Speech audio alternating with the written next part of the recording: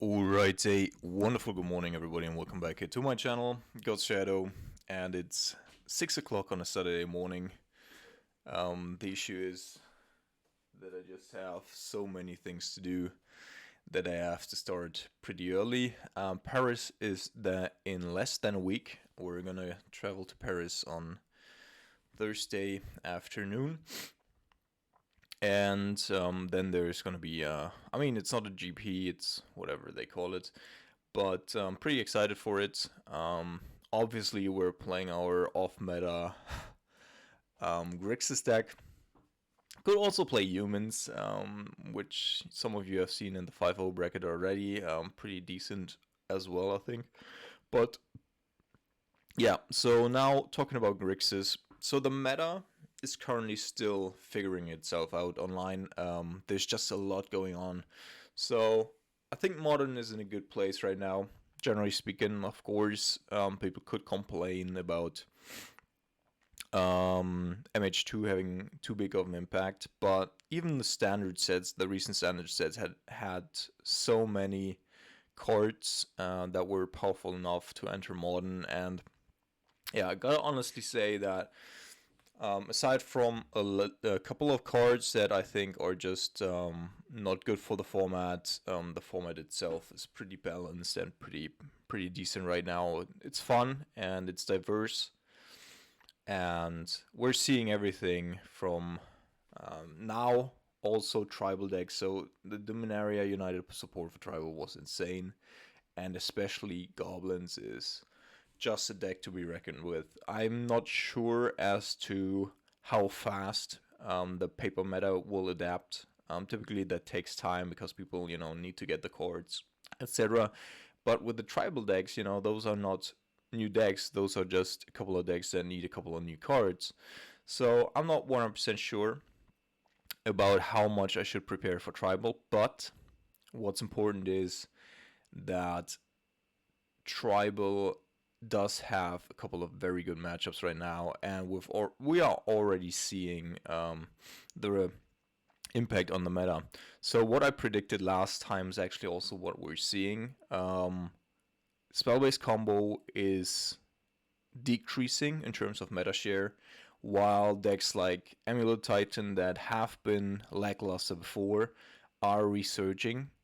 Also, Black Red Goblins, as I said, is just a really strong deck overall, with very few bad matchups in the meta.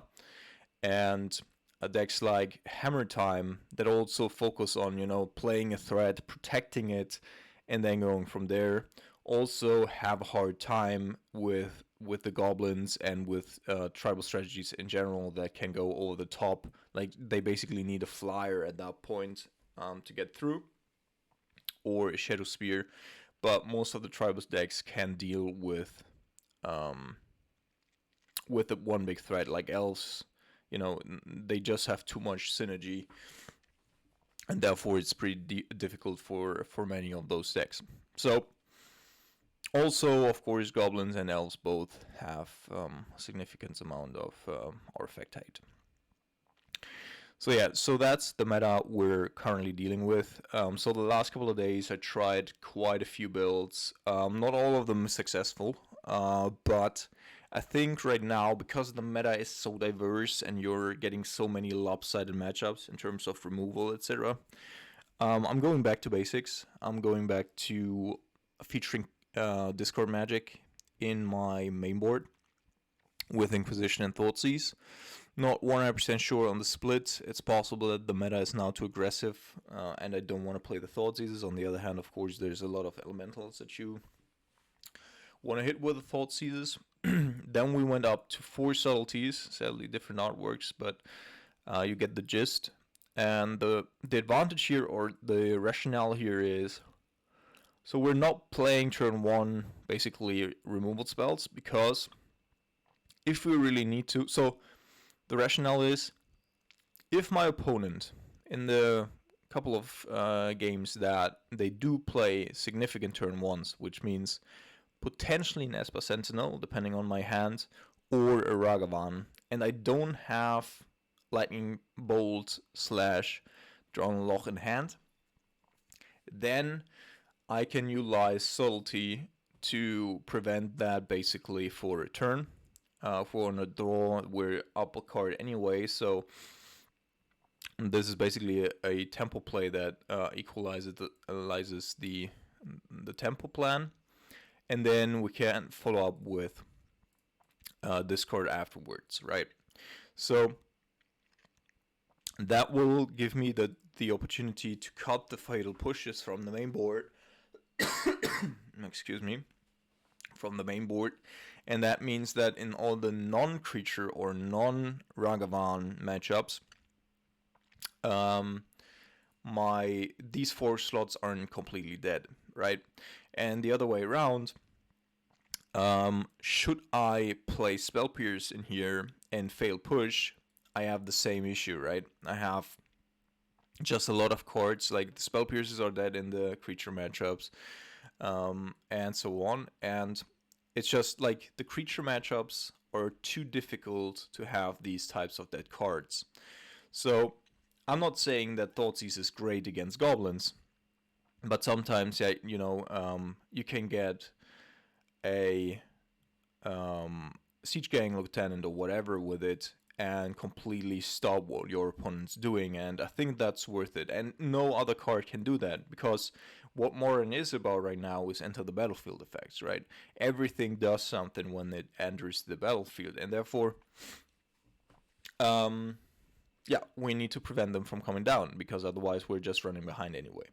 So, one more thing. I cut the Season Pyromancers because also they are not really in a good position, I think, right now. And I put in Ricefall. Ricefall has the advantage, like, we have a lot of creatures in the graveyard at most times anyway. And Ricefall also has the advantage that we have the ability to bounce something, which, also in the later stages of the game will activate the Inquisition and Thoughtseize, as well as the Petty Theft here. So, most of the time, none of these discard spells should be dead. And then, on the other hand, of course, in the combo matchups, we have the Fall ability, which is a good 2-for-1 and will randomly just discard cards from our opponent's hand. We shall have to see whether or not, in terms of value, we can also go toe-to-toe with like the value engines, Force Control, etc. But for right now, I think we're going to start off with this and then go from here. In regards to the sideboard, we do have 2 Necroplasms. I think Necroplasm is still very important. Of course,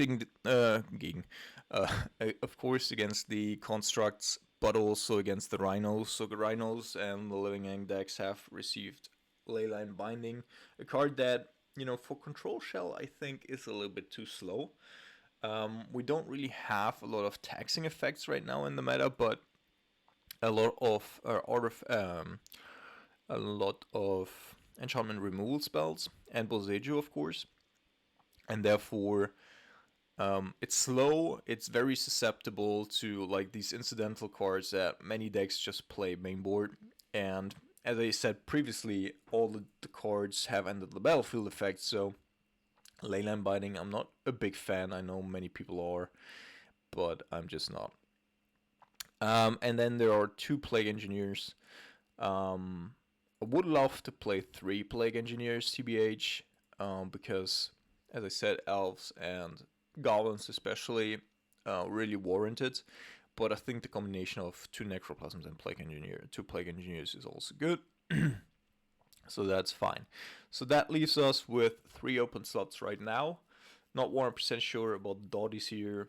I think I want to have 4 failed pushes in the sideboard for especially the matchups that, like, Death Shadow, of course also against creature matchups, etc. But generally speaking, I think those are few and far between. And also, what one also has to recognize is that a Ragavan with a lot of tribal decks in the meta, of course, is significantly worse. So you see it in less decks. And the second thing is that Murktide just cannot handle these decks. Like Murktide is so bad against tribal decks, um, and therefore, yeah, that's where we are right now.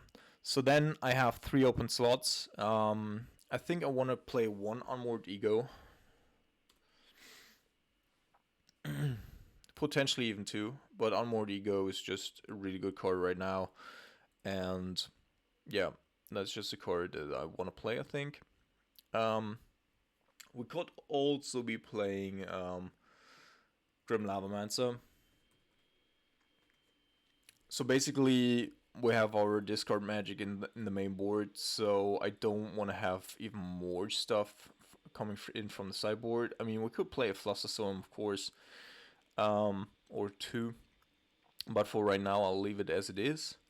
I think the Grim Lavamancer, though, is something that, is helpful in a lot of matchups. Um, and then we have 1 slot left, and that could actually be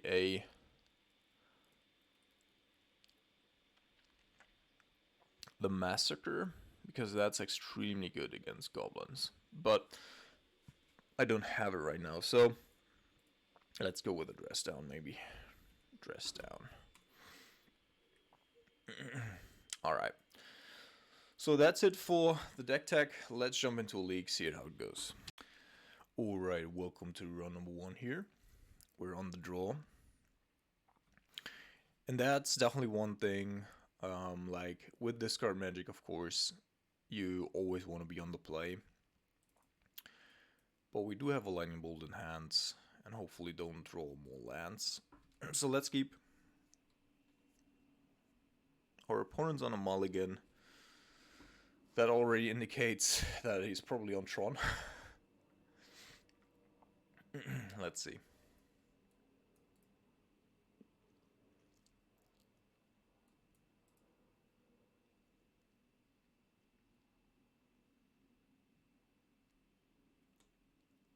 Alright, so could be Merfolk. Could be Merfolk.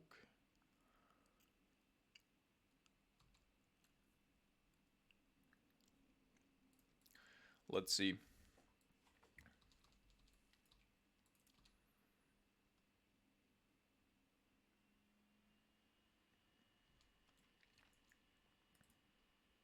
Nope, it's not Merfolk. It's probably like, yeah, it's probably the Soulherder deck. So we definitely want counter magic, because we don't have good removal for these things. Anything with 0-4 toughness, we basically only have the Drown Loch and bounce effects. So I'd say let's counter, so that our opponent doesn't draw too many cards, because of course the more cards he has in hand, the more we hit with our discard magic. I could of course shock here to facilitate a Croxa down the line. Maybe that's worth it.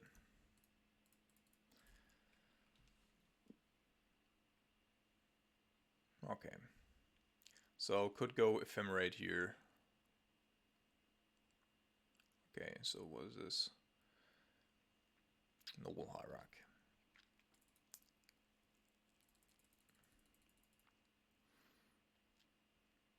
I think I'm not gonna go. So what I don't want to run into is Soulherder bouncing this Wall of Omens, therefore.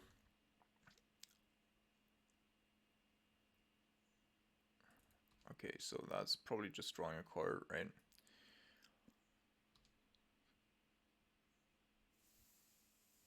Okay, so did draw a land. I'm gonna go with a Santa's Launch, then we have the mana for Croxa, and then we're gonna go with a K command, leaving up. Okay, so, or we're gonna do this, because then our opponent is completely out of stuff to do. Alright, yeah. There's the Collected Company that I was talking about. Let's get rid of the other shit as well.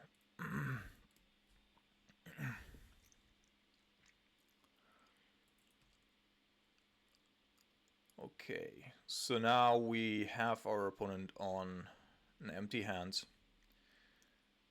And now we just need to draw a couple of Snapcasters maybe. I'm gonna play the Creeping Tar Pit so that we can attack in between as well. He's already on 14, so we don't need... Oh, that's good. That's a good draw. So we don't need as much.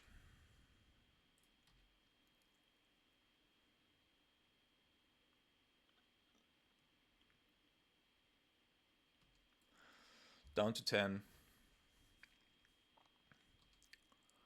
And then any threat, like a Subtlety or a Brazen Ball Rush, should be enough. But of course, Snapcaster is also gonna be good.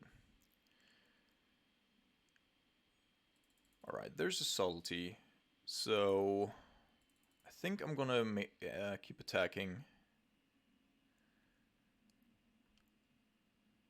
Or shouldn't I? I mean, next turn I have both anyway, so yeah. I'm gonna bring in the Subtlety here. He's down to 9, we have lethal next turn.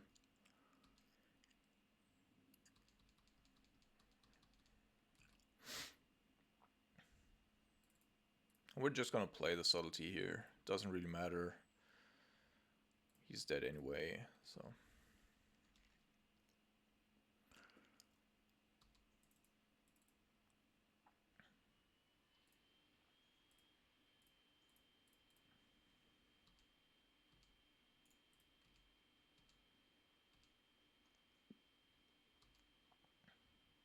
Alright, so one thing, maybe we don't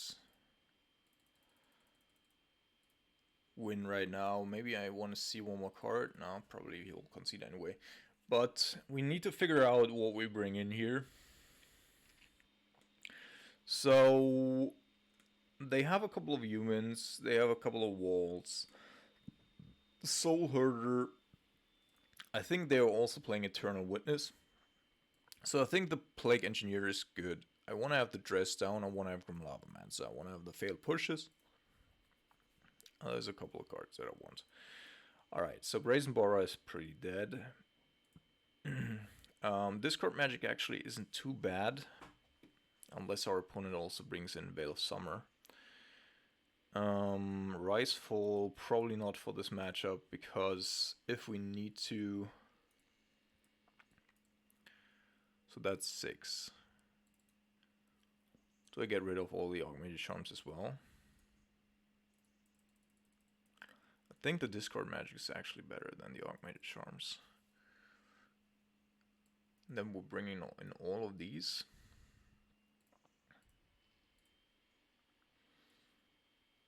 And he does have Ether Mage's Chandler, so I don't really want the Dotties to come in here. But where do we get our... So I'll get back one Cruxa, because I do want to have... Oh, Necroplasm is also a card that we could play. Because that one's just gonna tick up.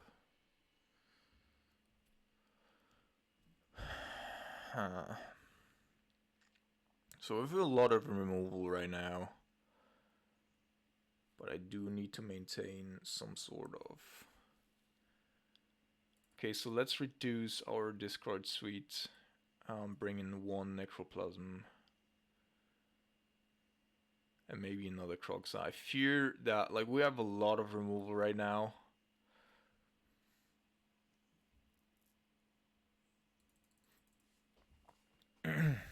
I fear that if we don't bring the Croxus in,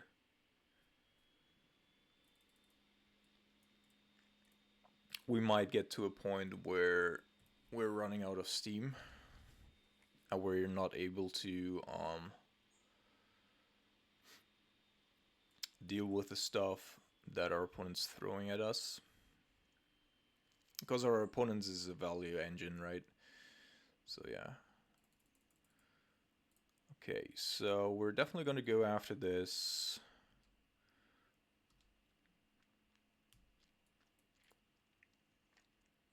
Let's see if he has a turn 2 play. Probably does.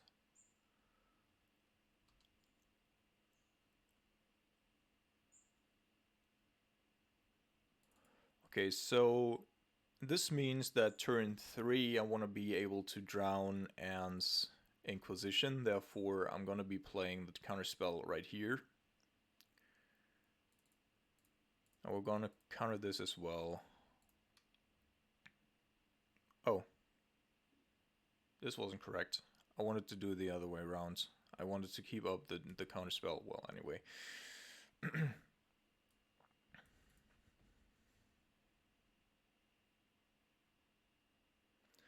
Alright, that's the Chandler.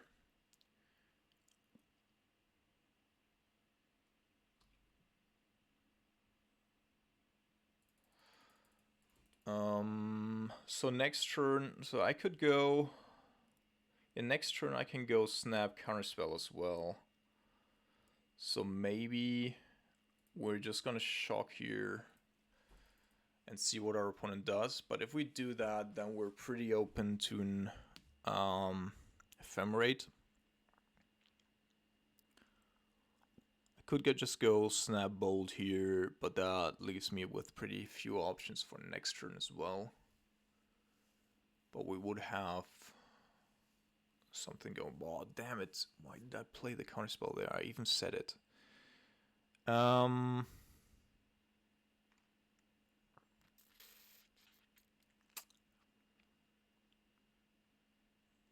course, he could be playing company.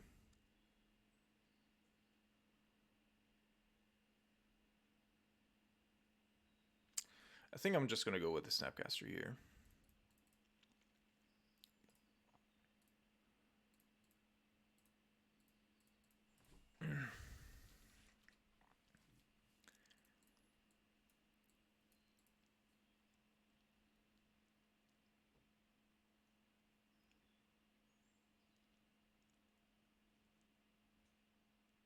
Alright.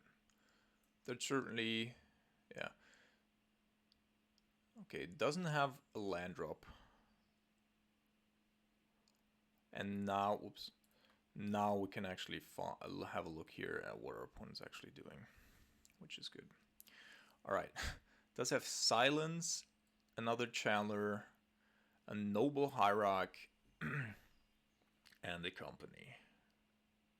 Interesting.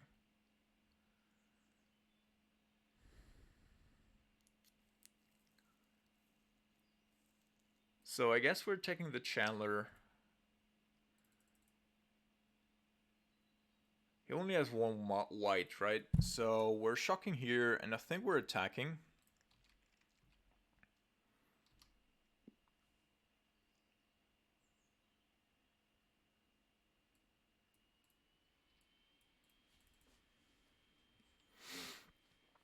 I'm flooding out a little, but, well.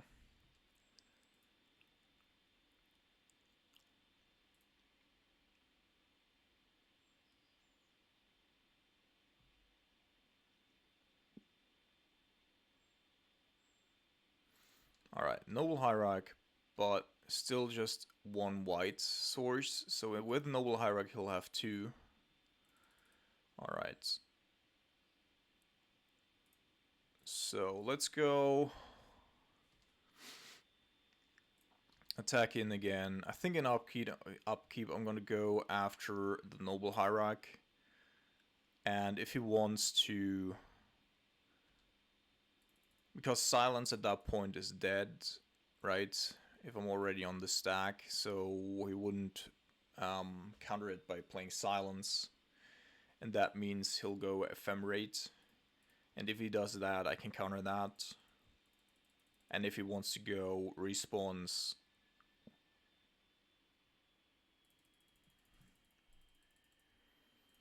okay, so now we're destroying this.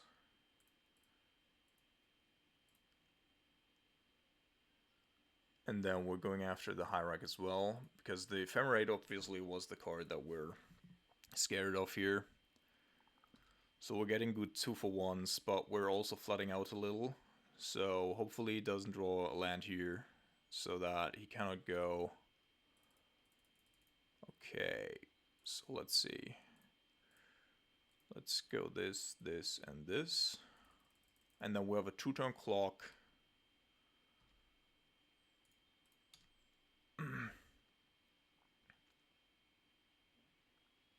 Alright, our opponent didn't have a play there. That's very good. So he's very hard pressed, even if he draws a land here, very hard pressed. So does draw a land. Very hard pressed to play the company, because he doesn't have a whole lot of other options. So we're gonna attack with the tar pit again.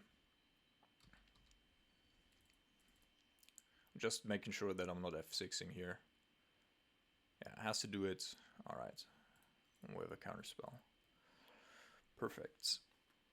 Certainly not an easy matchup, but we got there. Yeah, as I said, good job. Alright, welcome to round number 2. I think we have an okay hand. Obviously, if we're running into turn 1 Ragavan here, then we might have an issue. Oh, we shall see.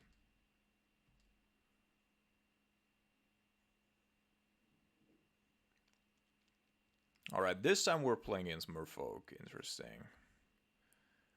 And he's playing Dockyard. Interesting as well. Okay. A pretty cool creature. Merfolk has received so much support over the last couple of years. Okay, so with the second consider, I think I want to go with blue as well.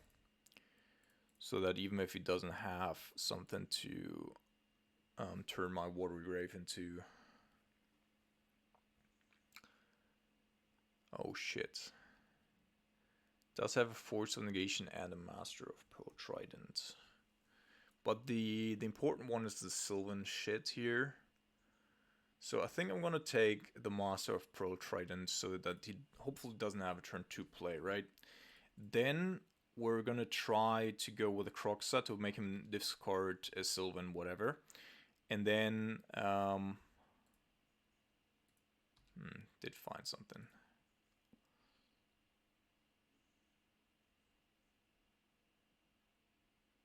Unless he wants to tap my mana.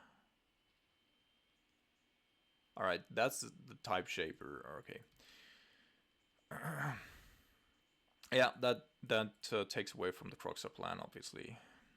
On the other hand, though, it's not a land at least, so currently cannot play it.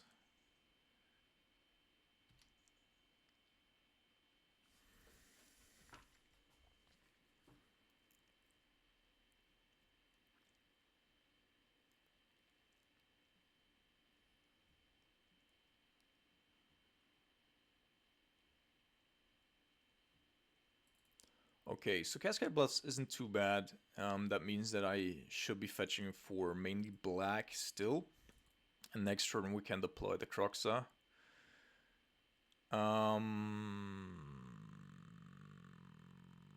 Let me consider right now, because I could find other discard spells, of course. I don't think that I want more lands. And this card is pretty dead. So, Counterspell being pretty dead here means that I can actually utilize it for the subtlety, potentially. In case our opponent also draws a land here.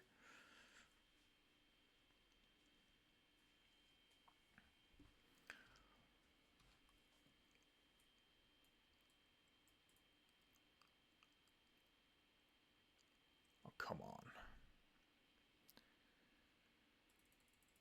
Yeah, we're gonna do this. And then our opponent has a pretty difficult choice to whether or not he wants to put it on top. Okay, puts it on top, but that means that these dudes are not coming down next turn. So we maybe have the chance to finding a removal spell here in time.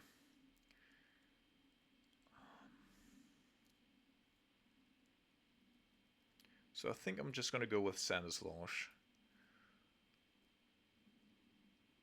Okay, that's the Thoughtseize. So next turn we can also deploy the Croxa. We have enough. And there's not a whole lot that he can do about it. So let's go. But we're gonna take 5, and then next turn, if he draws more, we could be dead. Let's go with consider. If we find there's a lightning bolt, definitely need the lightning bolt. Very, very difficult here. I guess we could try.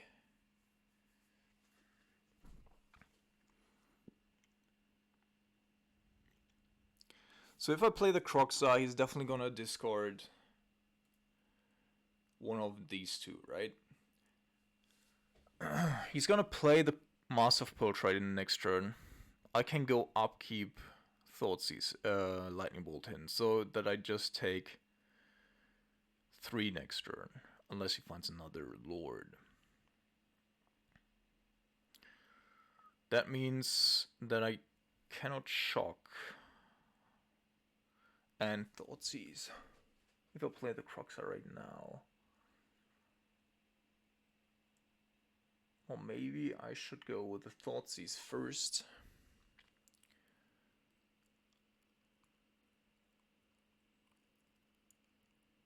And then kill one of these. That also doesn't sound feasible. Alright, so we're just gonna go with this.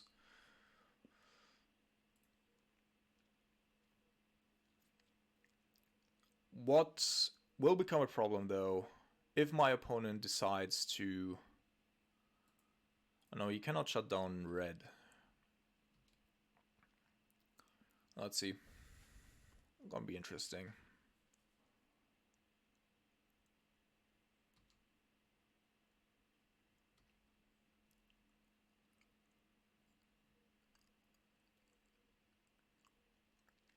So we're taking 5 this turn.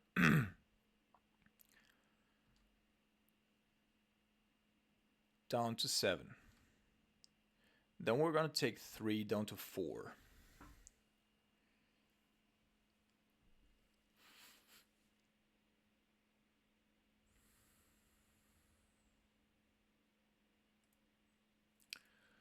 Do I shock here? Then I'm just dead. So that I cannot do, but I can go Thoughtseize.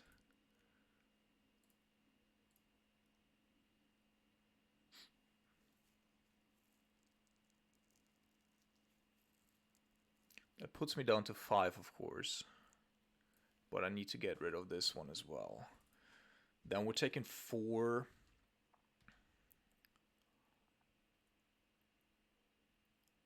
This has to be a black source. So upkeep, I mean, we can do it now as well, actually. But I think I'm still gonna do it in upkeep, right? So...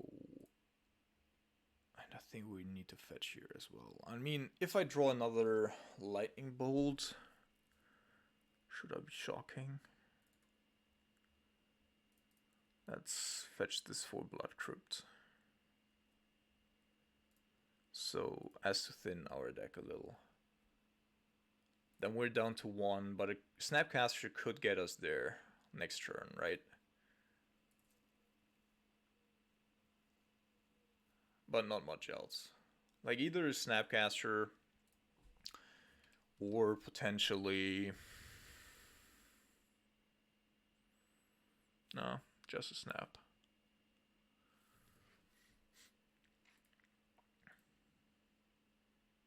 So we're down to 1.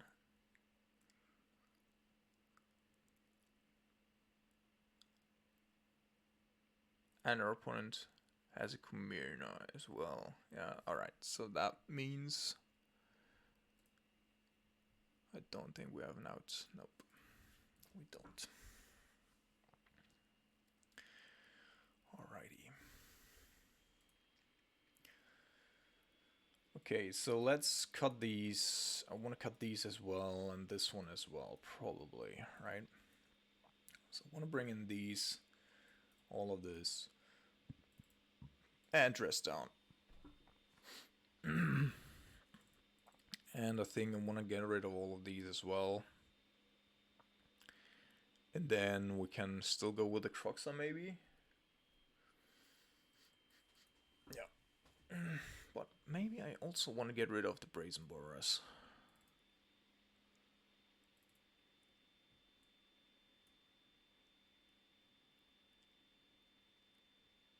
Let's go this way.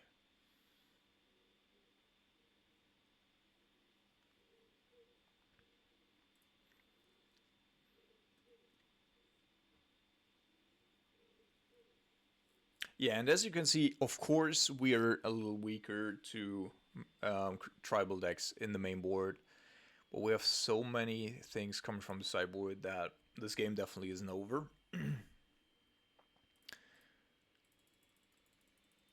Okay, so I think we can keep this. Because Merfolk, generally speaking, is a little bit slower in terms of mana curve. And Necroplasm will just come from the bottom, and they also cannot get rid of it really. So I think it's decent. And we, as I said, we have a lot of spot removals that are coming up as well. So yeah, Kumina Speaker. All right.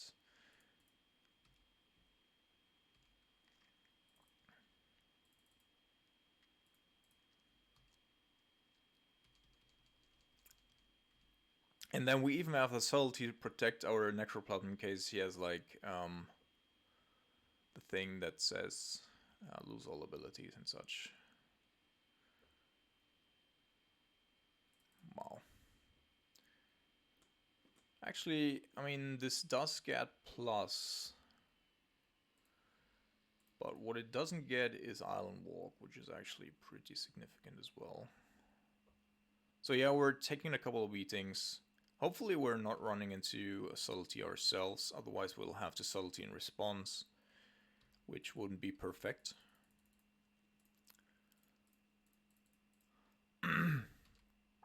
Alright, so Necroplasm's on the board, and now he'll start vacuuming the board from the bottom. It will take a little bit of time, so it's a pretty slow sweeper. But on the other hand, our opponent is disincentivized to play stuff right now.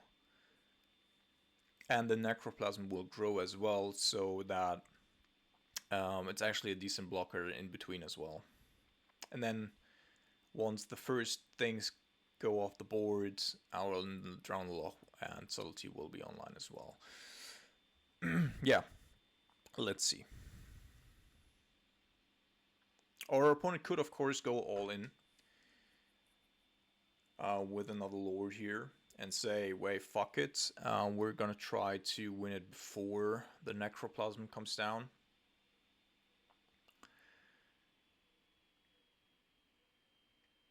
But we should be able to handle that. That would mean we're taking 7 here, going down to 8. And then we can... so then the Kumina Speaker dies. And if we want to play another Lord, we can Subtlety it. And then we have multiple blockers. So, let's see.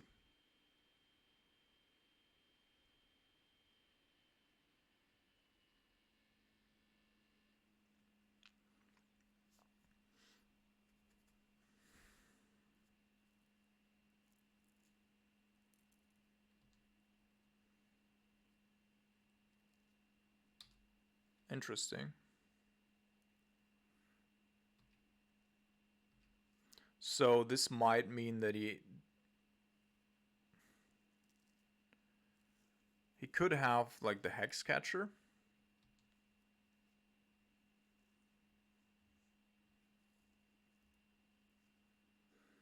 Or not. Do I want to do something against this? I could Subtlety here, I guess. We'll put it back on top.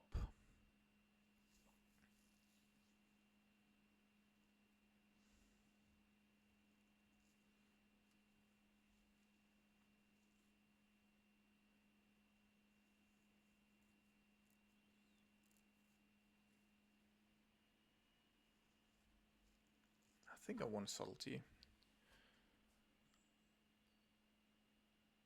Seems like it's one turn too early for this to be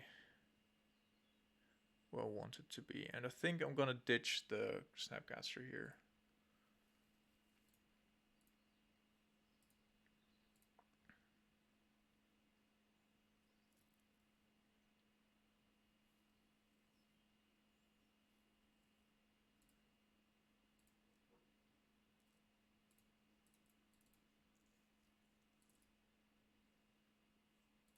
Alright, that's good. Also, something that's really good is that um,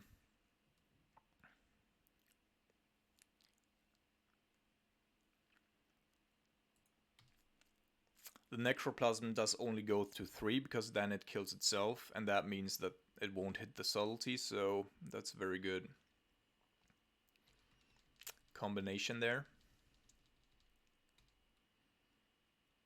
And up until that point, I'm gonna put out a little bit of pressure.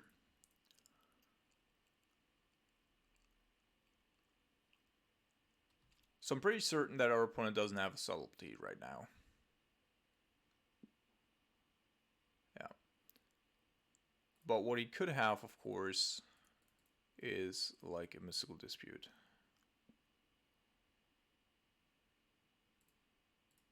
Which he doesn't have. Alright, so then this thing will die next turn.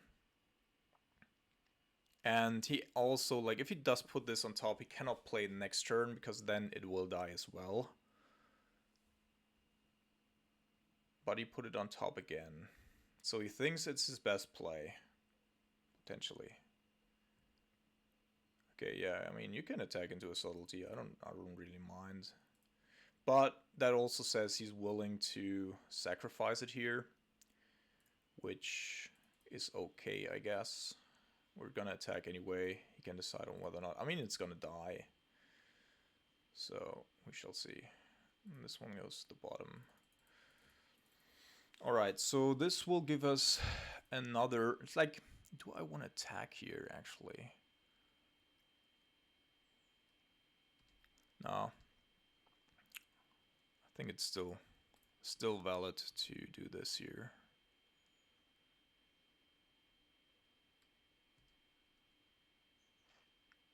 So he's down to 13. Next turn he's gonna take 7. Down to 6. And I can get back a subtlety from the graveyard with my K command here and deal 2 damage.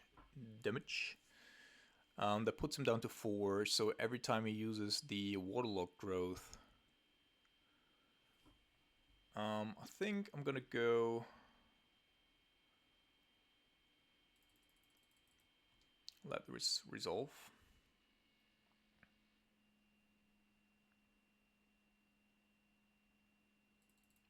Okay, and then we're gonna go return and deal damage. So that oh, that's good. 7, 10, 12. I can attack first. See where it goes. Okay, so he's taking it. Do I die here in any scenario? I don't think so. So Necroplasm's dying now, but it's not too bad. It's done its job. It's dealt like, what, 4, 3, 2... So 9 damage and dealt killed 2 creatures, and we can even get it back from the graveyard. It's just a fantastic card. Just a fantastic card. Everyone who's saying otherwise doesn't know shit. So I'm gonna keep back the Lightning Bolt as backup. Because right now he is on the defense, we're on the offense.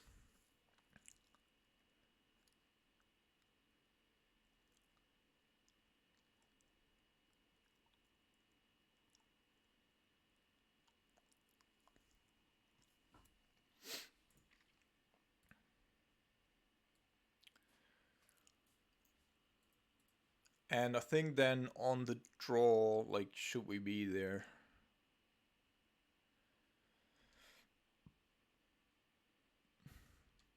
Okay.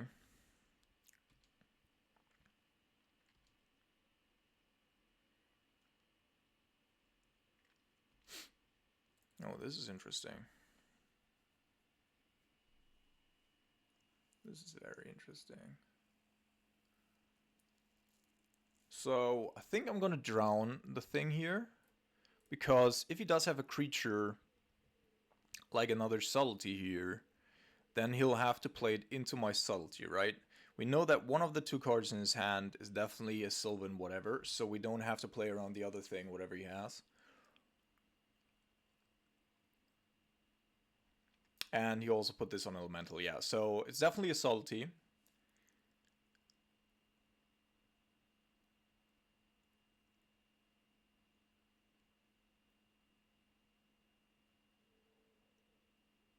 Oh, it's an Endurance. Oh. Oh, this is bad. This is really bad. Lol. That's also, like, didn't expect this whatsoever.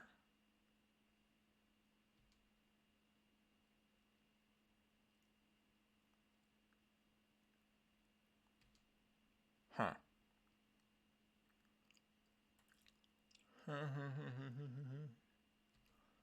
Let's wait for one turn. Cancel this. That's also not great.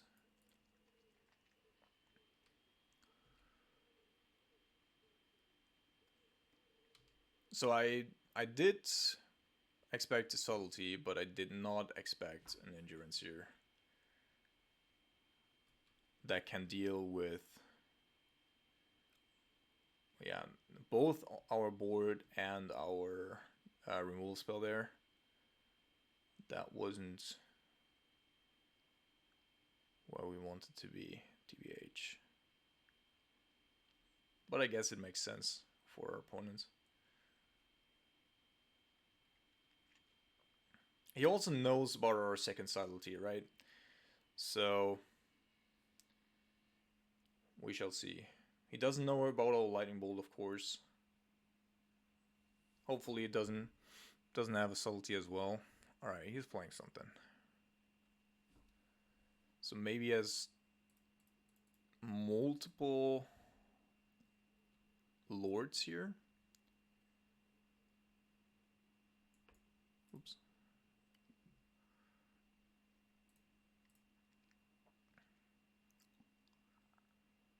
So that one's gone. And then it all depends on whether or not our opponent, like the last card, is like a force of negation, or even like a Hexcatcher. Hexcatcher would also be bad. So Hexcatcher puts me in a spot where I don't want to do it this turn. I put it on top again.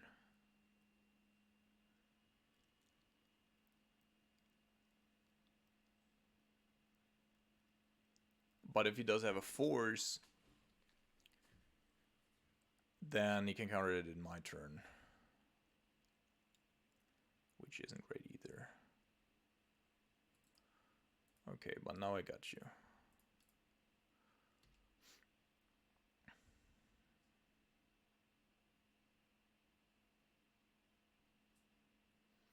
Alright, cool. But endurance is like really bad for us. That makes sense. Like, it's a very good card. So Cruxa's definitely gonna go out. Now, Brazen Bora, let's see.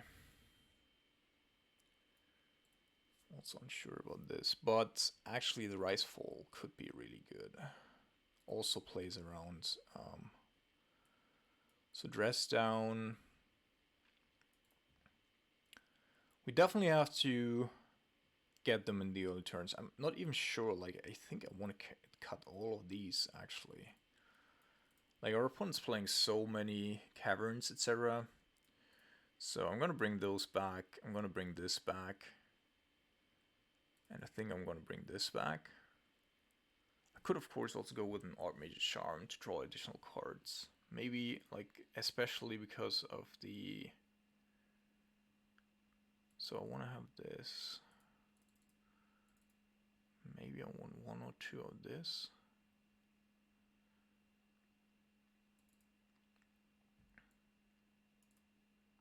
And then we're going to cut a Consider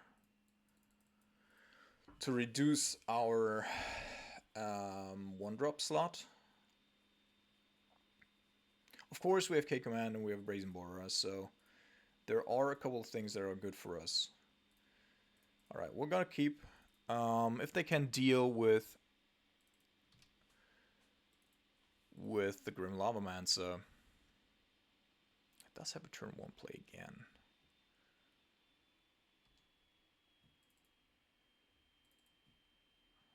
Then we have the Necroplasm coming up. So I think I'm gonna go Blood Crypt, Grim Lavamancer. Then turn 2, unless this gets countered or whatever. Turn 2, we're gonna kill a Lord and kill the other thing as well. That should be feasible, unless there's a Chalice coming. And then turn 3, we're going to play Necroplasm, I think. Although it will, of course, go after our Grim Lavamancer as well. But we can get that back in the later stages of the game.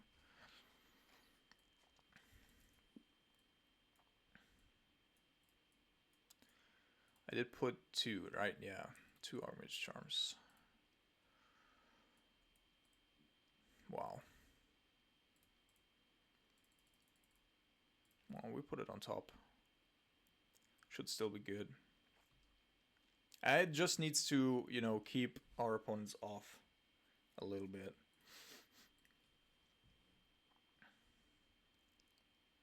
And we're gonna go for the 2 mana things here. So if I fetch...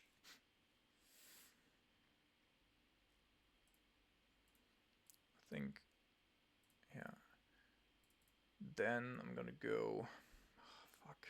I don't want to take the 2 damage, the 2 extra damage. I think it's too much. Because I already have to take it for the Necroplasm. Potentially. Depends very much on what we draw next. But the Grim Lavamancer, like, it's possible that our opponent doesn't have an answer to it. And that will mean that... okay, so we're just taking 2 here. Yeah, and our opponent, like, okay, so our opponent could have...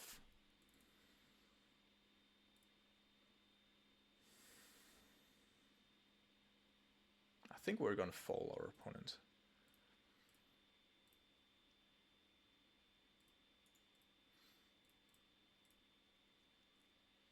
Because this is playing around a Hexcatcher.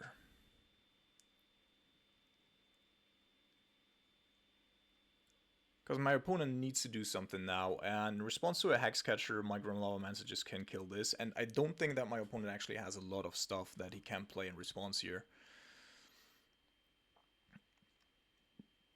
And then there's just a 1-1 in play, and I think we should be able to deal with that.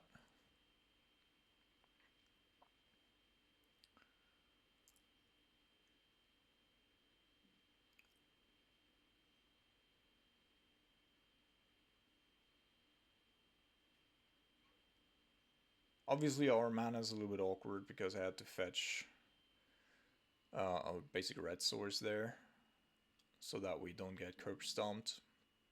So the Archmage Charm is going to be offline for a little bit, but Grim Lavamancer should be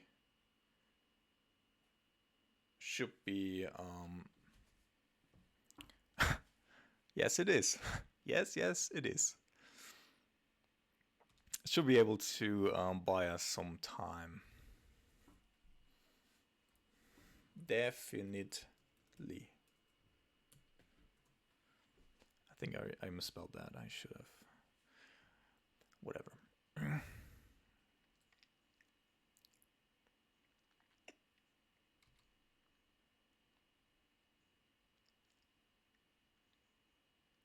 Yeah, that's what I thought. So hand's gonna be empty, and he can only protect his hand by sacking his lord.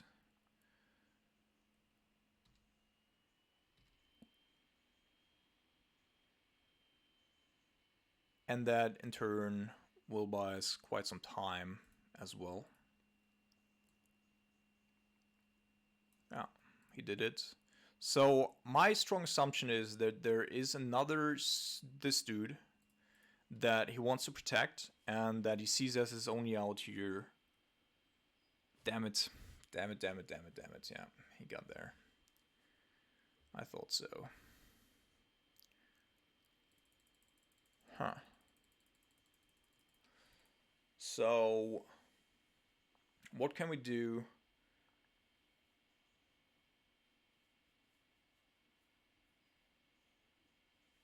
I guess I can block and kill with a failed push, and then he draws an additional card, which is bad. Oh, damn it. He got it right there. That's so bad for us. Or I could go with the Necroplasm here, but I don't think that's worth anything.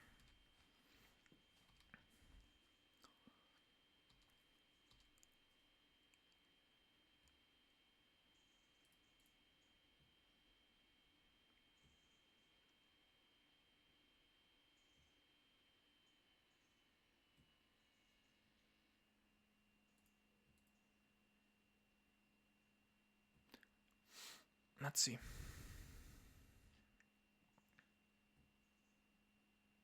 So the thing is, our opponent will also have to play around the Lightning Bolt here.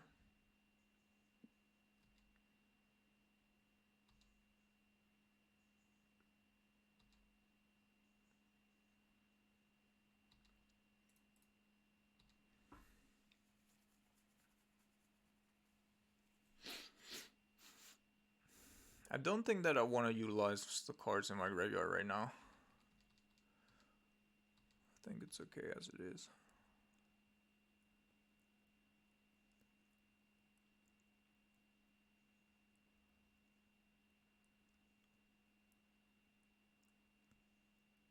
Tideshaper. Alright, let's go and kill this, or try to kill it anyway.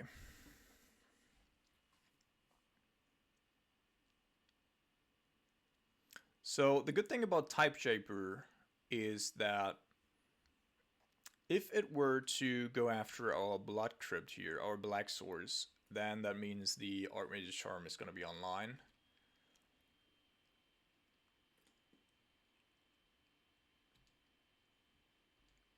Also, what? Just a very good draw. Just a very, very good draw here. Let's see.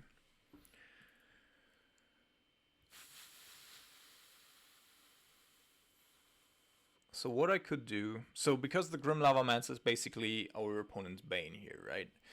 So I could go snap, bring back the Grim Lavamancer, and go after the Tideshaper.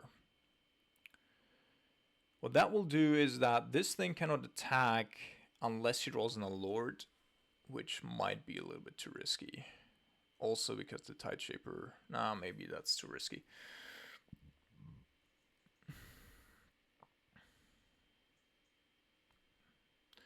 But I do want to utilize my Snapcaster before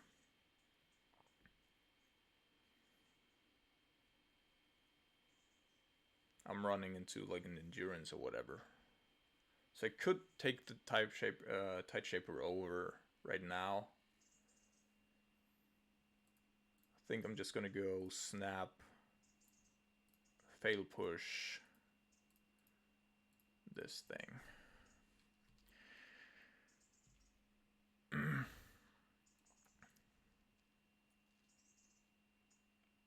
So this is just me playing around Endurance and Subtlety, right? And Force Negation potentially, but if he wants to trade, we're taking the trade. Okay, so this means that we have another Black Source, which could be important at some point. And our opponent could, of course, have a Force Negation here in hand. But it could also have an Endurance. I think an Endurance I would actually want to counter. But this way we're just going to take over the Tideshaper. And then our opponent has to commit to the battlefield, and that might mean... And he also has to have 2 lords, right? Okay, so one is a cavern on Merfolk.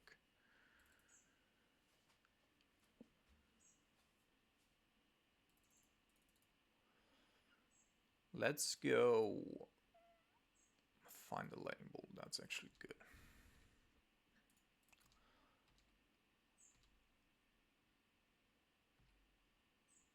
Okay, so no endurance, otherwise I think he would have played it here. And potentially put this on. Yeah, alright, so I don't think he has anything. Really scraping for a solution here. Damn it, and he finds the best solution. He does find the best solution. Also, that's like his 3rd copy. Okay, so let me see. I do have a couple of good options here. So either, right, I can attack and threaten him with a lightning bolt, which he doesn't take. Then I can go snappy.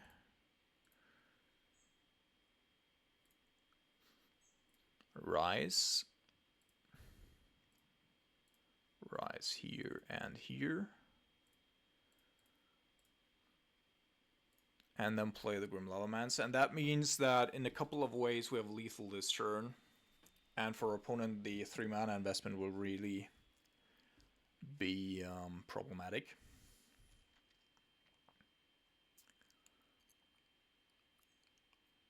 Oh man, I love Risefall. I really have to say, like, really showcasing in how many ways it's good in this match. Like, not in this matchup in general, like, just in general. Alrighty. So he could have, like, the Hex dude as well. But we're putting him down to 5 just by being here.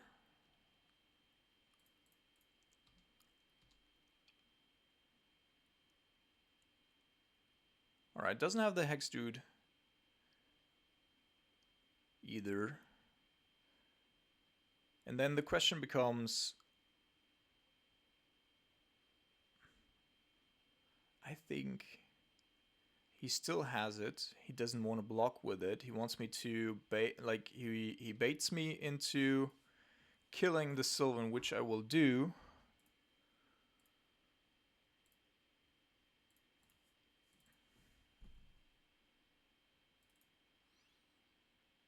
What happens? We haven't seen anything else, right? So I'm gonna go bolt him first. Okay, doesn't bait me. Because this way, like if he had a counterspell or anything of the sort, right? Then if he wants to bait me, well, anyway. Was a little bit of a mind game that I played with myself there. Alright, off to round number 3. Alright, welcome to round number 3. We're on the draw again. I think I'm going to keep. We do have a Subtlety as a backup. We also do have a Brazen Borer in case we require to play it.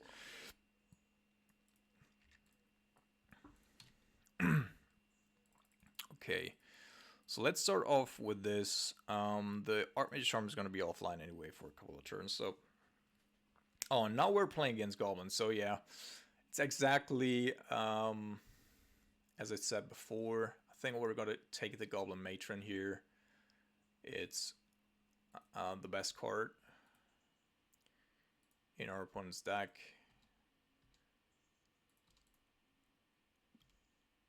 Not in our opponent's deck, in our opponent's hand. Sorry.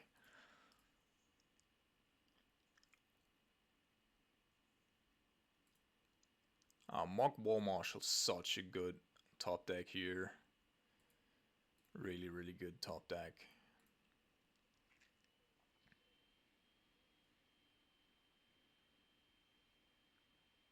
That's annoying. Not gonna lie.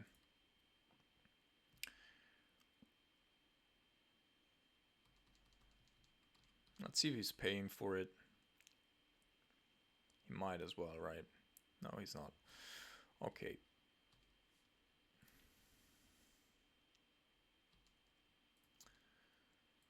So we're taking one. I think I'll have to... Oh, he's leaving up. Munition expert? Interesting. So I'm gonna go with this and consider. Definitely want that.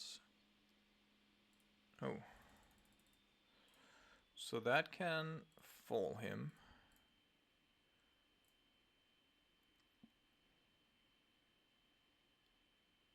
I'll see if he's gonna play the munition expert in response, which I don't think I would have an issue with.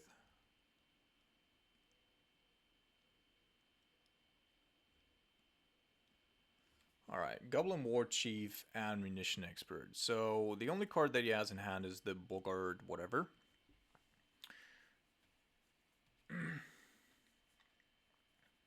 Rise fall, people. Rise fall.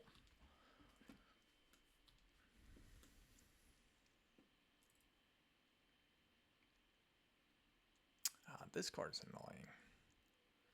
Such an annoying card. I mean, I can, theoretically...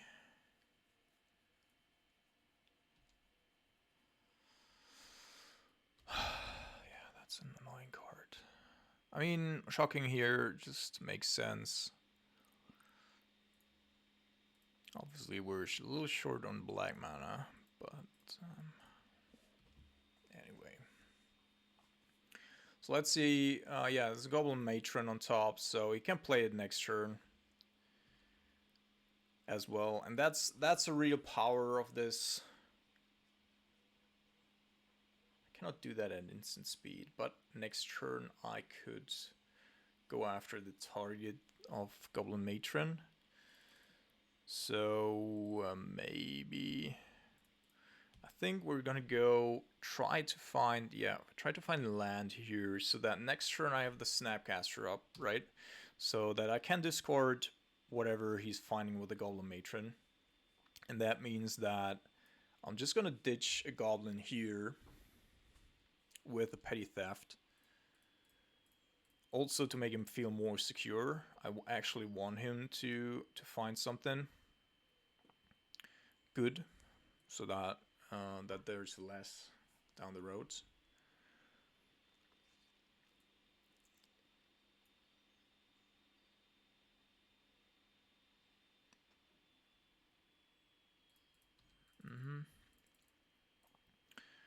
All right, so snap A.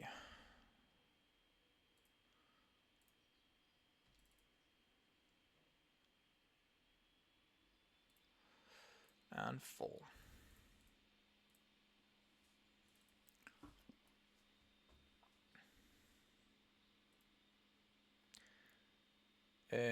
Yeah, alright, perfect.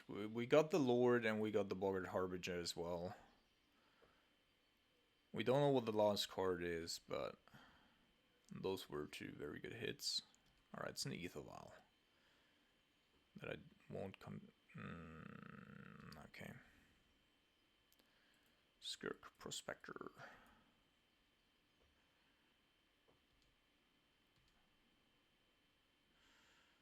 Yeah, I think the Snoop here is gonna be an issue.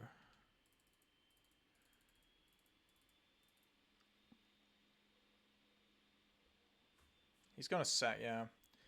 Okay, so next card is gonna be a Black Crypt. Hopefully the card after this one is also not gonna be great.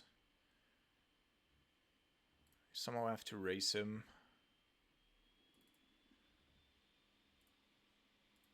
We're flooding out a little bit. Snoop is a very good draw here.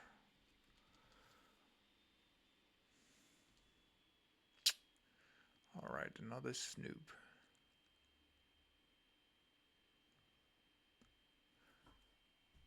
So, I know... so this is gonna be a swamp. Alright. So let's see. We let this resolve, because otherwise he's not gonna attack, right? So then we at least get to kill one Snoop and have a good blocker in play. So we should be good on that front for at least a turn. Then the next question is, where do we find spot removal? So we need to find another snappy in time. Okay, good. Okay, so now we know that his next card is going to be dead. Now we can actually attack. I can deploy the Brazen Borra, or I can go end of turn, draw 2 with the Archmage's Charm. But our opponent currently doesn't have...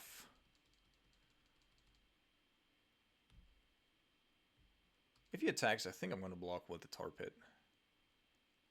Yeah. I think that's worth it to me. Obviously, he just wants to buy a little bit of time, but I think this is still fine.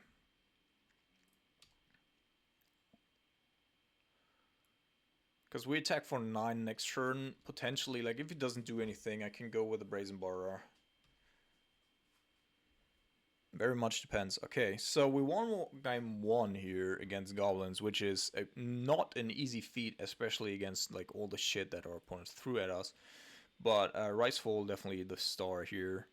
So I want to have all of this. I want to have Dress Down. I want to have Grim Lavamancer, and I probably want to have all of these. And actually, the Dottie is actually the Dottie is also good because then the Lord doesn't trigger. So this goes. This goes. Whoops. All of this goes, and this goes as well, right? And then we're bringing in all of this, and we got 1 card to spare. But I think I want to cut the Thoughtseizes here, and then we're gonna go with 3, maybe 2 of this, and maybe 1 Croxa. Let's see. Croxa is a good card. Subtlety already has the ground to a certain degree. Alright, especially on the draw, I probably don't want a Croxa anyway. Let's go with 1 Brazen Borra. Okay.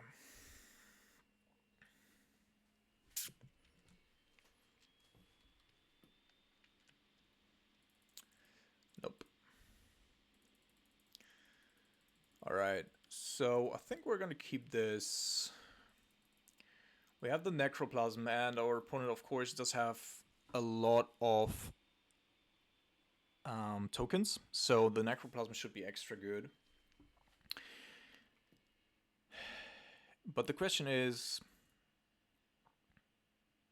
what do I throw away? I think maybe even the Drown, because it's not going to be good for a little bit. On the other hand, I need spot removal as well. But this way, if I do it this way, let's judge this. We need a Black Swords anyway, so.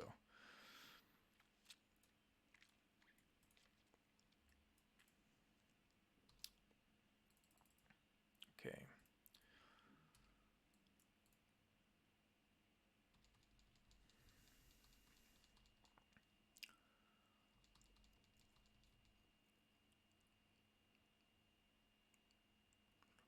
Alright, got a Snoop. And there's a Snoop on top. I think we're currently playing the, well, please don't kill me until I can deploy my shit play. So I'm just gonna go after the Snoop here before he gets extra value off of a Lord. There's a second. Yeah, I need to play the Ricefall right now in order to have the Drown up next turn. Let's hope that we're hitting something good. And we did. 2 Goblin Matrons is definitely not a bad feat.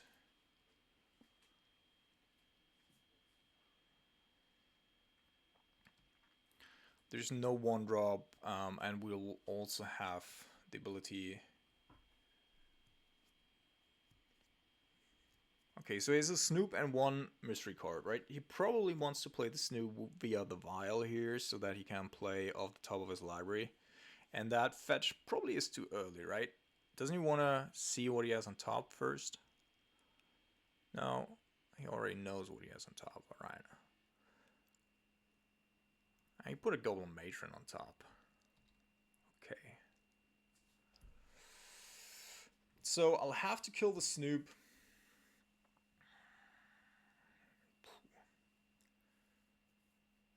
I guess the other thing will find value anyway. And then next turn I can go Consider into Necroplasm. We still have quite a bit of mana here. So I'm definitely going to go after the Snoop. Or should I wait to see what he has on top?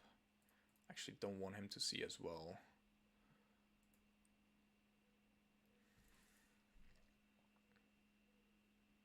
What's the best play they can make?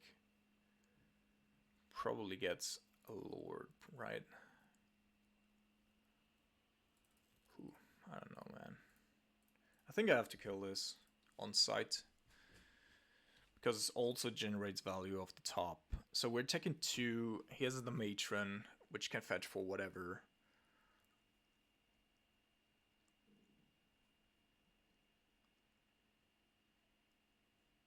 And then we're trying to not die until the Necroplasm can sweep up this whole board. I guess. So that means from here on 3 turns. Yeah, I think we want to have a run mold here. Just for the sake of it being a value engine. It's a Goblin Ringleader. Okay.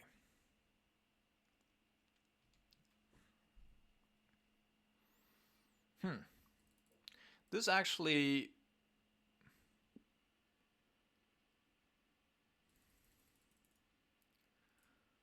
Stitch this to the graveyard. Do I want to play it right now? It's just 3 damage that we take here. If he doesn't roll a land, right? So I think it's actually beneficial to us if I do this. Then I also don't have to fetch here to shock.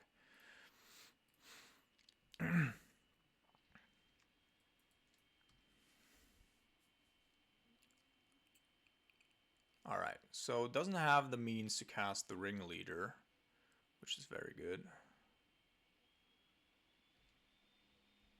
Oh man, we're flooding out here.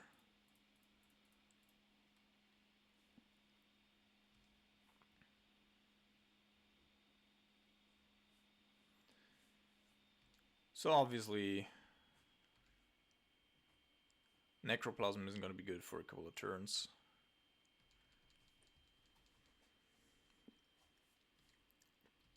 Maybe we will even block. Okay, now he has a Ringleader.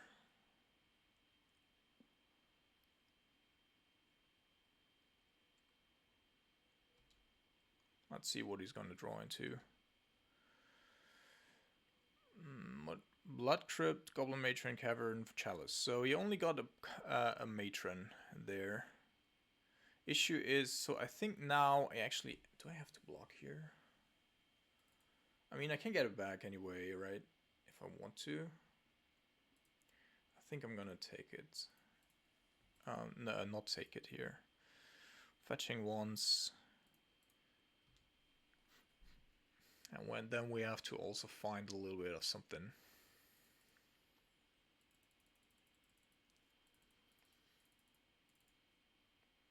Okay, dress down means that I think I can actually block with Brazen Borrower with this, right?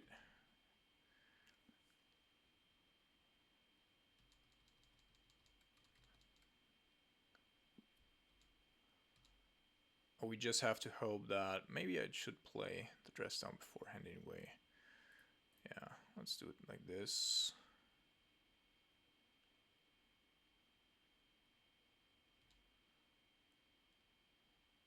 We could draw that one as well, but we're going to cancel that one.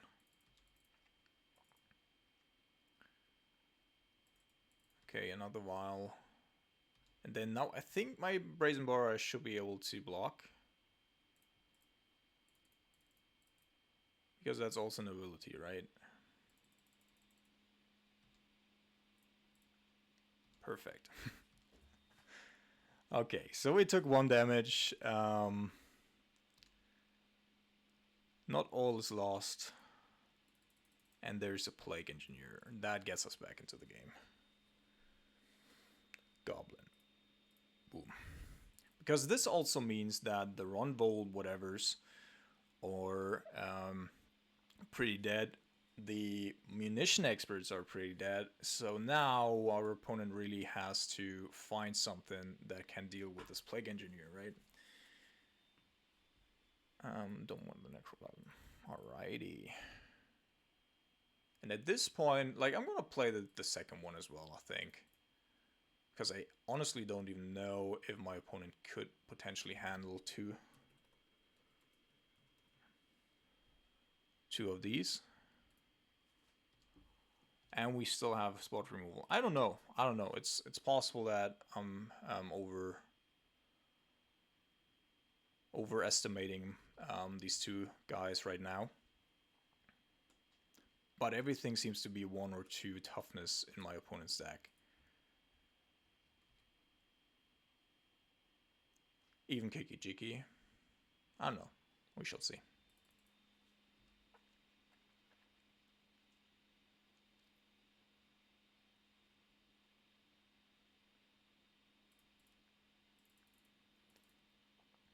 I think I'm going to play this as well.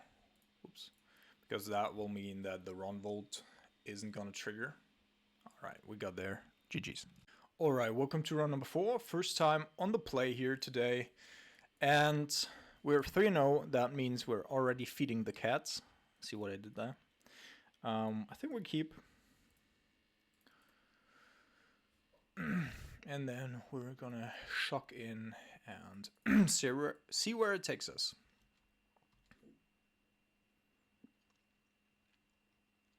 Plains. Alright, Plains Springleaf Drum means we're playing against Hammer Time. And that, on the other hand, means that... Does he have an Esper Sentinel as well? Oh, that's super annoying. But okay. Actually, Icefall isn't too bad. Not gonna lie.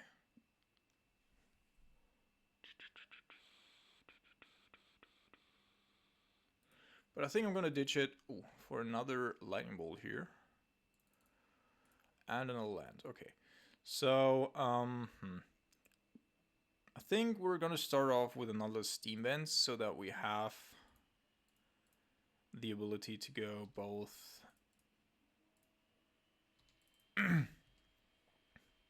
with Knock Mage Charm as well as a Counterspell and the Lightning Bolt this turn.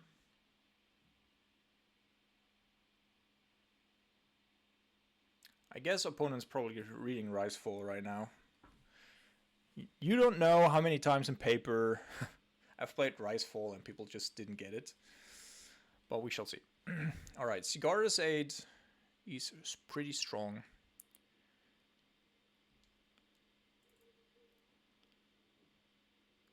But that also means that...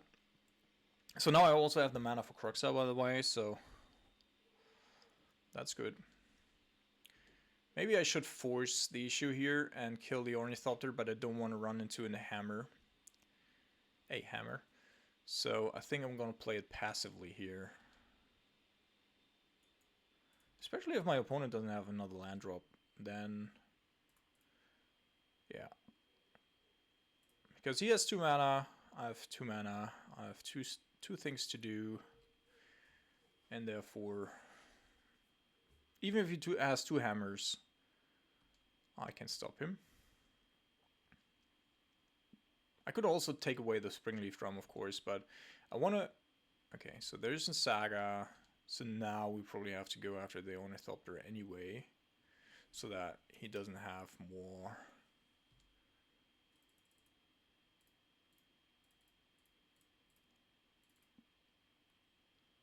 Maybe I'm just going to go after the Springleaf Drum, though.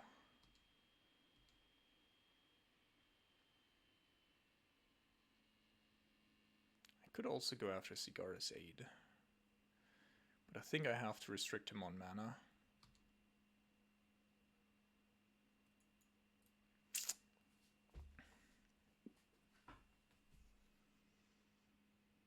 Could also take over the Ornithopter, I guess.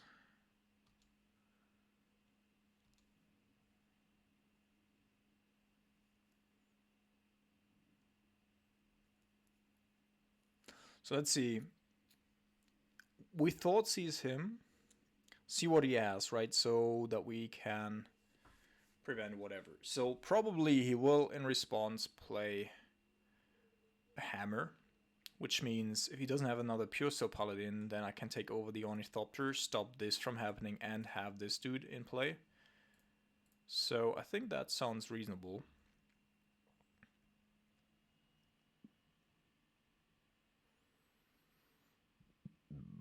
Yeah, does have a hammer, does have a Spell Pierce as well. And a Cauldron. So currently cannot do anything with this. So Shadow Spear is definitely like the most important card right now.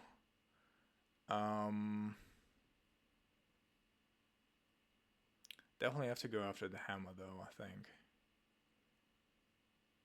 And if I go Archmage Charming's upkeep, so I think I'm gonna hold back on the Archmage Charm here and just go, because this dude just makes 1/1, so he cannot protect it from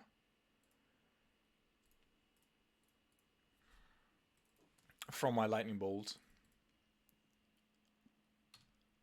And that means now blue and 2 mana are off, hopefully for this turn as well. So that he cannot activate this dude. Yeah, perfect. So then he also next turn won't be able, and then he's down to 1, basically. Do I want the Inquisition right now? I mean, I could go after the Shadow Spear, I guess. Because this thing... I mean, he cannot create a token.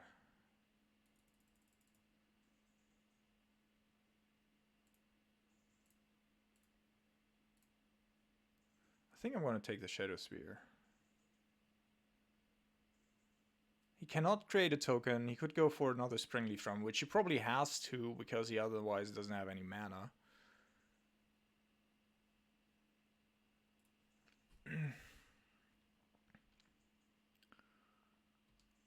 And then the Shadow Spear can still kill whatever's coming down.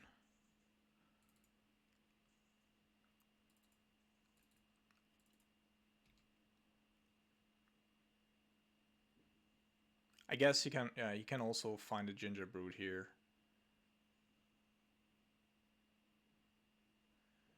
Okay, so I already know that he doesn't have anything else. So I can go after the Shinja Brood, the Ginger Brood here. Spell Pierce doesn't hurt me. And he can just tag it for like 3 life if he wants to. But that also means that the Esper Sentinel, I can just take over the Esper Sentinel, then he's down to 1 mana and nothing else to do. So that means that at least for the next turn, a lot of stuff is offline. Do I want to do that?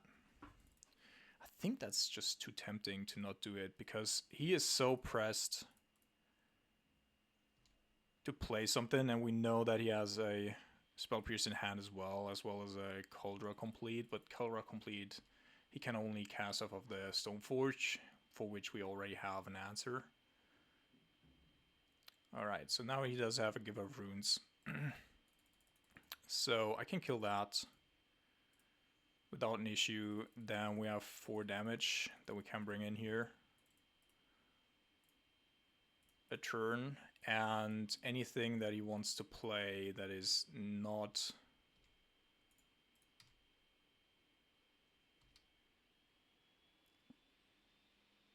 Alright, so he found a land, but still no blue source. Well, that's not great. Oops.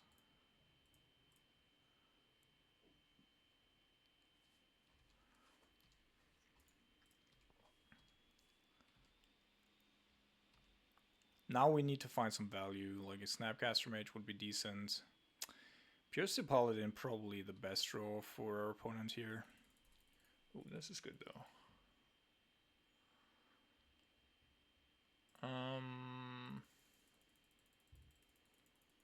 I mean, what's better than a Pure Steel Paladin? Probably only Stoneforge, right? And even with, like with the Stoneforge, or is he gonna discard the Spell Pierce? Probably has to discard the Spell Pierce.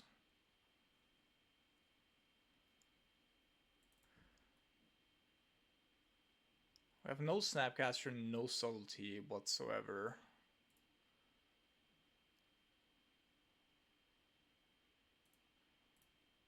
But I think our opponent has so many dead draws in his deck right now that I'm willing to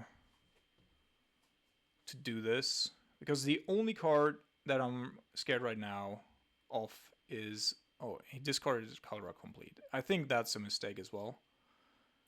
Because Spell Pierce isn't good against the Esper Sentinel in general. And I'm already at like a lot.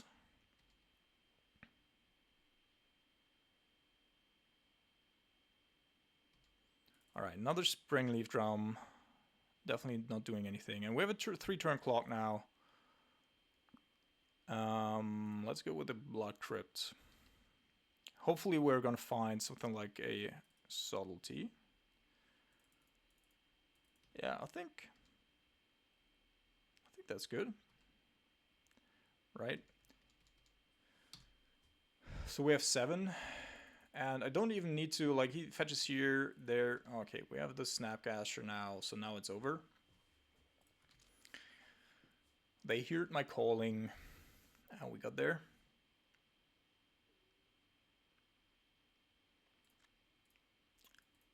I'm gonna show him my Subtlety anyway.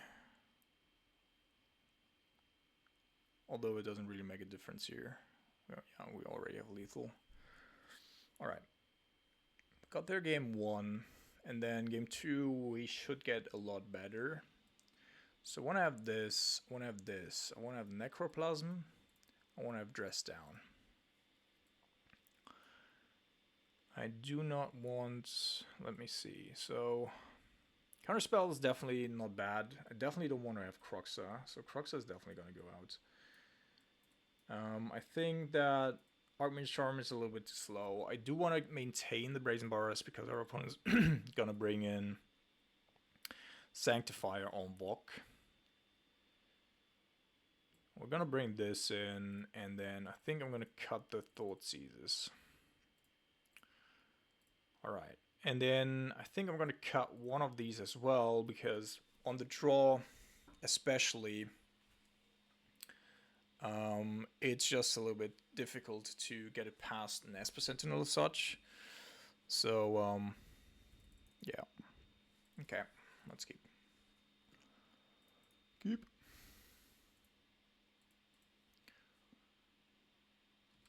So we already have 2 lightning bolts.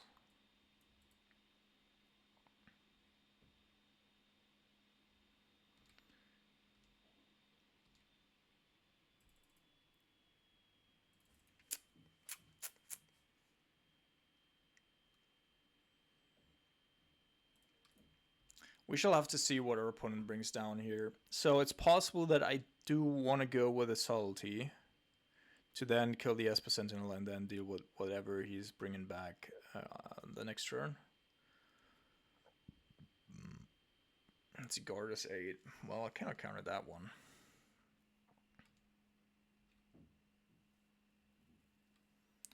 He's going to bring in a hammer now as well. No. Okay, so Necroplasm is going to be good at some point, right?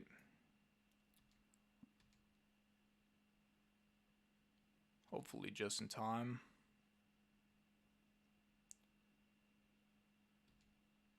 So I think... So now he's probably not going to go with this plan here. So we need to stay alive next turn. And that means we have to try to kill it this turn. Otherwise, he cannot play that. And there's an Inkmoth Nexus as well. What happens if he does have a hammer here? I think we're just pretty dead.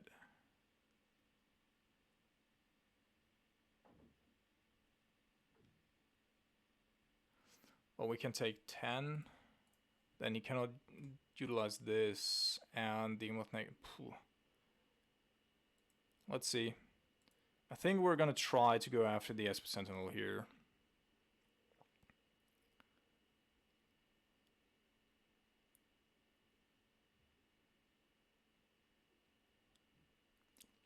That makes his Urza Saga play a little bit awkward.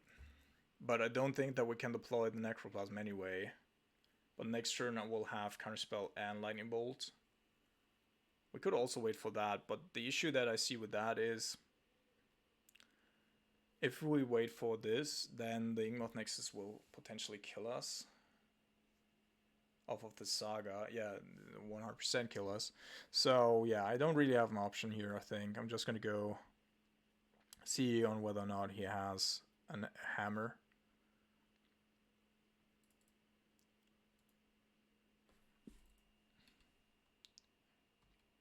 Okay, good. We got rid of that one. That's good.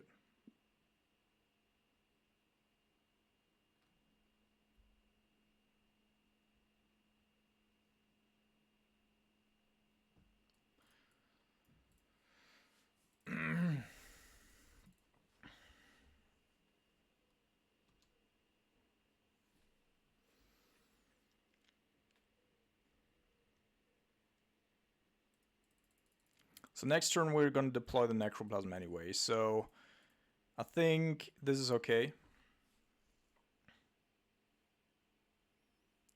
It's all about staying alive for this turn. It's all about this turn.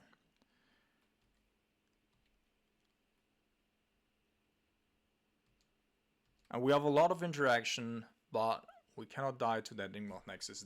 And the next turn actually that is the same. And he doesn't even do, like, he doesn't get the second construct here. Okay, and he targets that thing.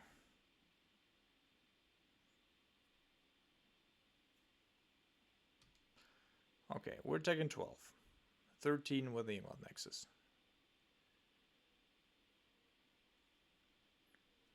Even more with the Springleaf Drum.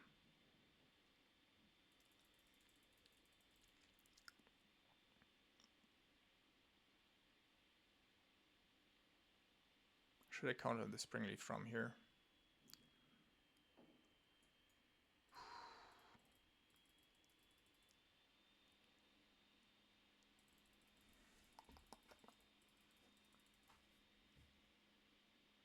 If he has another land, then he can protect the Inkmoth Nexus. Let's let this slide.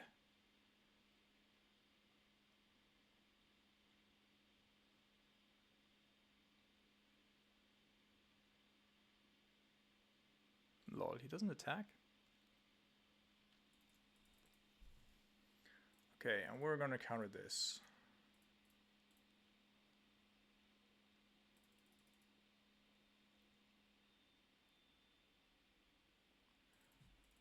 So, alright, and he doesn't have another land. So this means that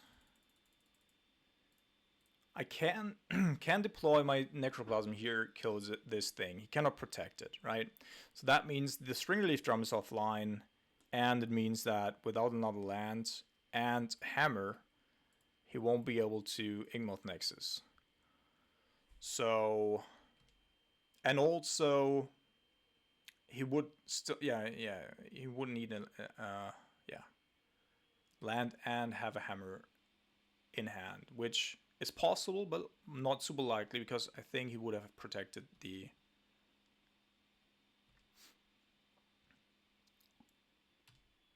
thing. We have a little bit of protection as well with the subtleties, so we can even stop like creature, let's say like an Ornithopter, should that be like his 0 drop for the Springleaf Drum. Okay, doesn't do anything, and now we're in a good spot. Like, that was... Those were the very, very critical moments, and now we're in a pretty decent spot. Also, Necroplasm being, like, a little bit of a beater here is perfect. Just very good. Okay, so now cast this. Our opponent shouldn't be able to interact with us here. And then we have 6 damage and 7 damage after that, and then we already have lethal. So, and now we also have a blocker for the Inmoth Nexus. So now I'm feeling really good about this.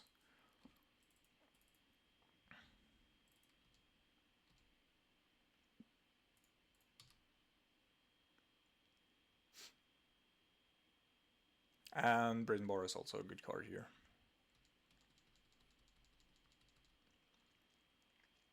Yeah, and we have multiple ways of dealing with this. Oops. No. Cancel. Cast it this way, please. Alright, perfect. So, fall. Alright, welcome to round number 5. I think it's a close one. We do have a consider. We're on the draw, but we're gonna mulligan, and we're gonna keep this, although it's not a good hand. But let's keep the Otawara actually, and ditch the Blood Crypt, and then this has to be a Black Source. Because if we are flooding out, then the Otawara at least gives me a little bit of extra play, and now we're playing against Elves.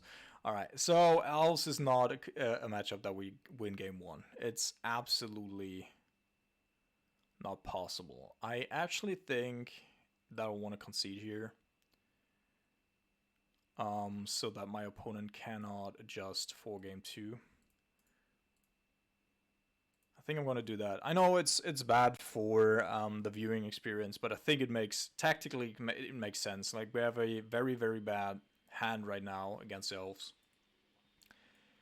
and just a lot of stuff that we can bring in. So this goes. Let's see. So counterspell on the play is not too bad. We'll have to. But of course, Elves are also playing Caverns. I think I'm gonna get... Let's get rid of them first, and then we're gonna see where it takes us. I think also, like, 1 Crux I can maintain here.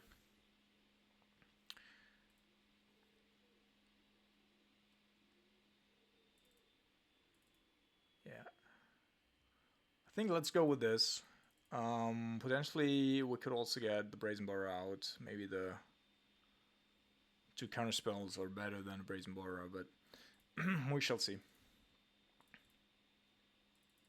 Oh my goodness. Okay, now we're getting fucked by Moto. This is not great. This is definitely not great. No land into 1 land into... We shall see. So now it's basically as if, like, and we're super stressed to find a land here as well.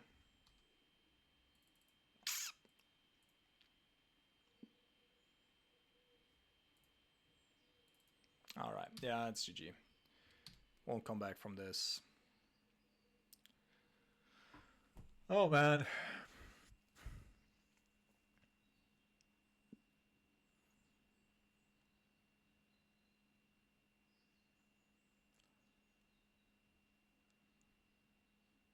Yeah, I think this was more than unlucky. Yeah, alright.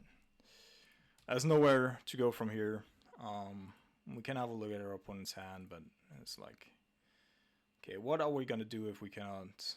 Yeah, our opponent misboarded, so this doesn't matter for us. But he will be able to play the Collected Company there. And we are just on 1 land. What are we gonna do here?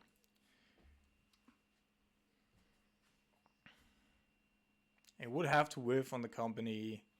We would have to draw multiple things. Yeah, Mirror Entity is also a very strong card here.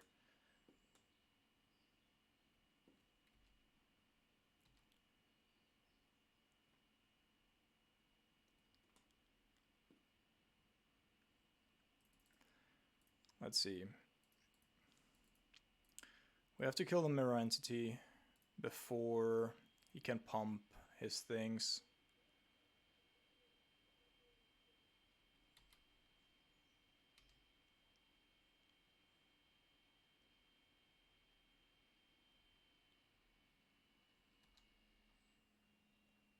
Now we can slow him down with the subtlety, potentially. And then a Plague Engineer or a Necroplasm could potentially, like, but we also need a land, of course.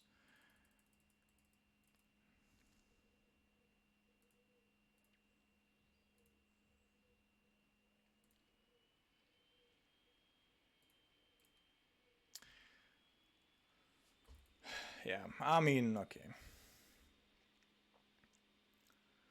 Take an 8. There's even a Plague Engineer. Is there any way it can survive this turn? No. 6. No. Okay. Really sad. Like, if we, you know, have lands, I think post board we have a very good matchup here, but sometimes it be like that. I hope you still enjoyed the league. We're gonna concede here.